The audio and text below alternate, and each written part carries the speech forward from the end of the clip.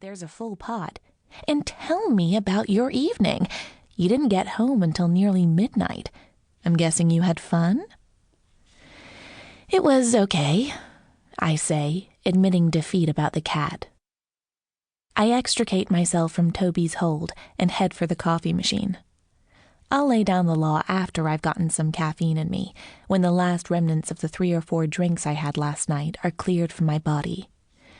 I should have known better than to stay out late. "I noticed you took a cab home," my mother says, eyes still in the newspaper as I take a seat across from her. "I'll need the car to take Mr. Fuzzles to the vet." "I had a couple of drinks last night," I explain. "Didn't feel safe to drive. I'll go grab the car as soon as I'm dressed." Mom nods just as my 7-year-old, Katie, comes barreling into the room. She sprints toward me, then skids to a stop on the hardwood floors, hands clasped at her heart. "Can we keep him? Please, Mom! Please!" She blinks at me, her eyes greener than Toby's but no less potent. "I'll feed Mr. Fuzzles every day and take him out for walks." "Cats don't go out for walks, Katie." Toby rolls his eyes. "You'll have to scoop his litter box. That's where he'll pee and poo." A tiny wrinkle appears in my daughter's nose, but she smooths it out a second later. "I'll scoop his litter box," Katie says solemnly, as if she's vowing to throw herself on a sword, lashes still batting at me. "Please, Mom." The last thing I need right now is a new cat. My mother and I just moved to Cove a few weeks ago, and I'm in the midst of starting my life over after finding out my perfect husband wasn't so perfect after all. A pet just screams more bills and responsibilities. For a woman with an impending divorce, no job, and a dire need for a bit of stability, bills and responsibilities are already plentiful. I don't want to add any more. "Mr. Fuzzles might have an owner already," I say, stalling for time. "No collar," my mother helpfully cuts in. "But we'll check for a microchip when we take him to the vet." My phone dings. Shamelessly avoiding my kids' hopeful stares, I glance at the screen and, reading the email notification on it, surprisingly, feel nothing. It's from my lawyer. Looks like my divorce is no longer impending.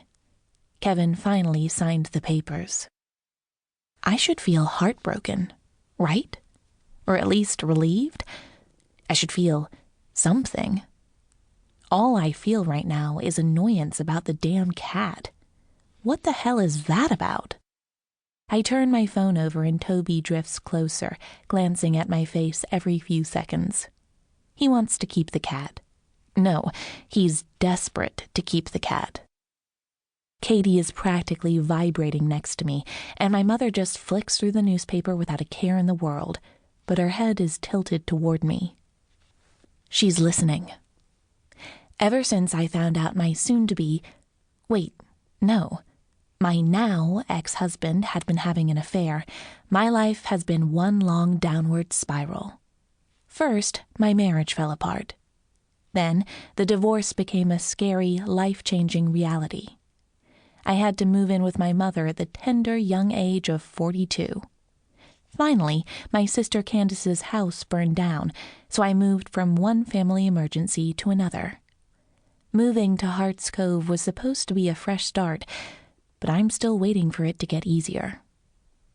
Now I'm here, with no marriage and no home and no job. And a cat. Katie jumps from foot to foot, brows arching high over her green-gold eyes. "Mom?" Look, I don't dislike cats. I just don't need anything else on my plate.